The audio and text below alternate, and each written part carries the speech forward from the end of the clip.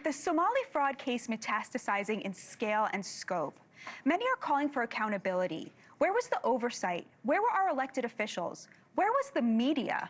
Now, as a member of the media, it's all got me eager to take accountability for my own work this year. As the year comes to a close, what did I get right and what did I get wrong? Well, one thing that I got right was the tariffs. After the president declared April 2nd Liberation Day and imposed reciprocal tariffs on countries across the globe, the global economic elite went crazy. Wall Street went into a tailspin. The liberal media went berserk. And as a class, the experts and economists declared the end of the world as we know it. We were told that inflation— If you have any kind of retaliation, which I would anticipate, I don't see how we avoid recession. There's no country in history that has isolated itself and seen its economy get stronger. Higher tariffs will be working their way through our economy and are likely to raise inflation in coming quarters. They are probably the most stupid economic step taken by a president in this generation. We were told that inflation would rise by up to 3%. We were told all trade would end. We were told the stock market would never recover. There were a few dissenting voices defending the tariffs. I was one of them. And what we argued was that the tariffs gave the president leverage for important national security goals. We said that they were correcting a dangerous dependence on China. We argued that righting our trade deficit restored dignity to the American worker who had been abused for the benefit of the elites for far too long. We were right.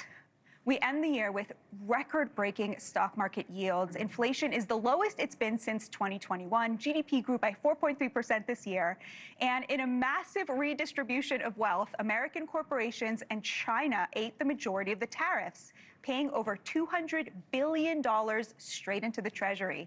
Less than 1/5 was passed on to the consumer. We crushed the national deficit by $600 billion. The experts were just wrong, and those who kept the faith were right. But the experts did get one thing right that I was very wrong about. They laughed when President Trump said he'd end the war in Ukraine on day one. I thought the president had a good shot at getting it done. Not on day one, maybe, but soon thereafter. And boy, was I wrong. Since Vladimir Putin invaded Ukraine in 2022, I believed he was looking for an off-ramp. I believed that what he really wanted wasn't to absorb all of Ukraine, an impossible task given his resources, but a commitment from the West that Ukraine would not join NATO. Now, this should have been an easy commitment to verbalize, what with Ukraine being too corrupt to actually qualify for NATO membership anytime soon. I believed that a foreign policy that put the interests of America first should have prioritized de-escalating the situation, ensuring that the American taxpayer not get stuck footing the bill for an endless war of attrition. Since he was elected to his second term, President Trump removed a lot of the financial burden from the American taxpayer by forcing NATO to pay its fair share of defense spending and forcing Europe to buy Ukraine's weapons from us.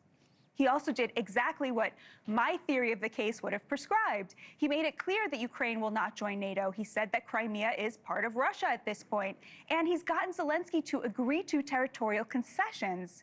Yet still, Putin's bombing continues. In his meeting with President Trump this week, President Zelensky said that they were 90% of the way there when it comes to ending the war, and I am praying that that is true. I never thought a year into Trump's term the war would still be going on. There's just no other way to put it than to say that I was very, very wrong. So what's the larger lesson here looking forward to 2026? Well, Trump is fighting two wars.